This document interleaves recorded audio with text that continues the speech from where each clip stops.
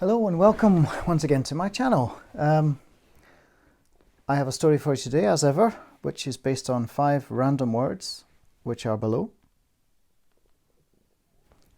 And today's story is called Everything Must Go.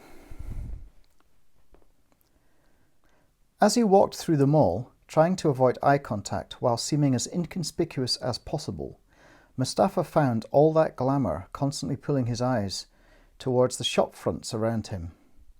The place had been designed to maximize confusion, full of colour, scantily clad models, perfume and glitter. Everything he found shallow and false about Western civilization. He could scarcely believe that somewhere in this palace of commerce there was a prayer room. He badly needed to find it, since he was vacillating over his recent decision. The life-changing press of a button that would mean he would never see his family again.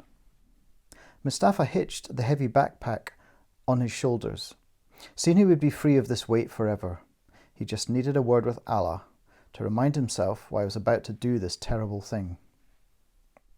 Captain Roger Hemmings, retired, had his own burdens to shoulder.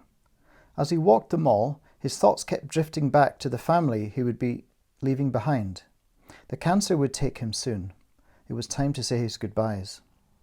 He'd have to find a place to make those final calls. However, finding solitude in this chaotic swarm of humanity might just prove impossible. Perhaps they'd have to make do with the notes he'd left them. 6 duplicate letters, one for each of his kids, his wife, and his father. They wouldn't understand his choice, but perhaps his words could explain why he'd felt forced to take matters into his own hands. His shoulder bag clattered painfully across his ribs, but he was beyond worrying about bruises now. He was crossing a river that could not be recrossed. Mustafa eventually asked for directions to the prayer room. He found an information point staffed by a pretty girl in her mid-20s. The makeup, uncovered blonde hair, the ring through her eyebrow, the tattoo on the inside of one wrist. All these things marked her out as a decadent Westerner, and yet her smile was nothing but kind. "Can I help you?" The room to pray? I cannot find it." "The Multi-Faith Chapel." It's here." The girl whose badge told him her name was Amelia unfolded a complimentary map and circled the prayer room for Mustafa. "Head to the food court escalators, there, and take a left. Go past the loos, and it's at the end." He thanked her and took the little map, amazed how much her accommodating smile reminded him of his sister Nadia, whom he would never see again. He headed off in the appropriate direction, feeling the harness digging uncomfortably into his ribs. He had no time to adjust it. Hemmings wondered if he should indulge his appetites one last time. A latte and a large chocolate brownie. It wasn't as if it could do him any harm. He made a beeline for the cafe and misjudged sidestepping a young man with a large backpack. Hemmings slammed sideways into him.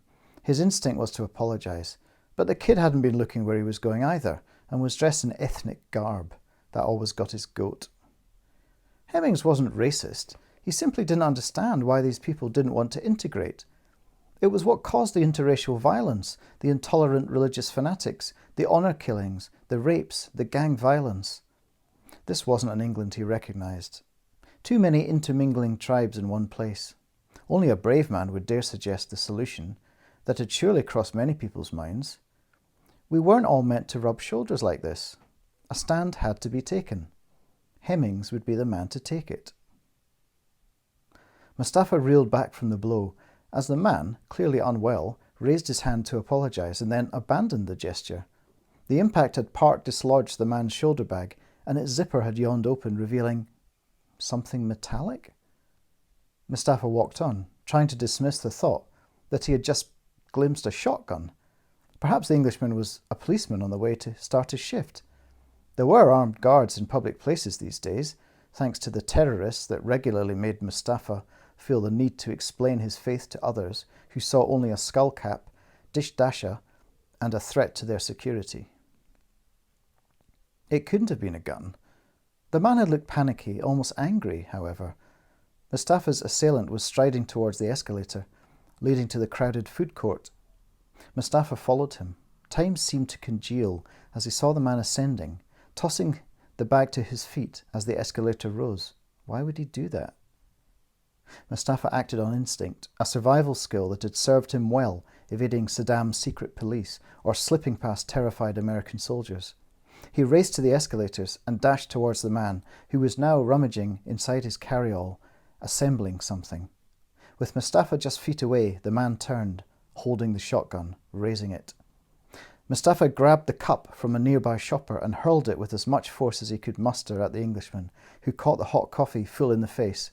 A blast of light and heat followed, and Mustafa felt something like a swarm of bees hit, spinning him round. The last thing he saw as he fell was the gunman being mobbed by a half-dozen shoppers. An alarm began to sound, and Mustafa slipped into unconsciousness. He awoke, ironically enough, in the prayer room, with paramedics shining a small torch in his eyes. "I'm okay," he managed to say, but they discouraged him from getting up, with a firm hand on the posture harness he'd worn every day since he put his back out at work.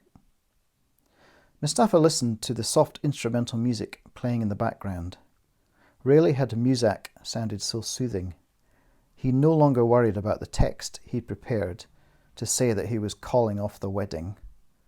He'd been given back his life when he thought that it was surely over, and that, for now, was enough.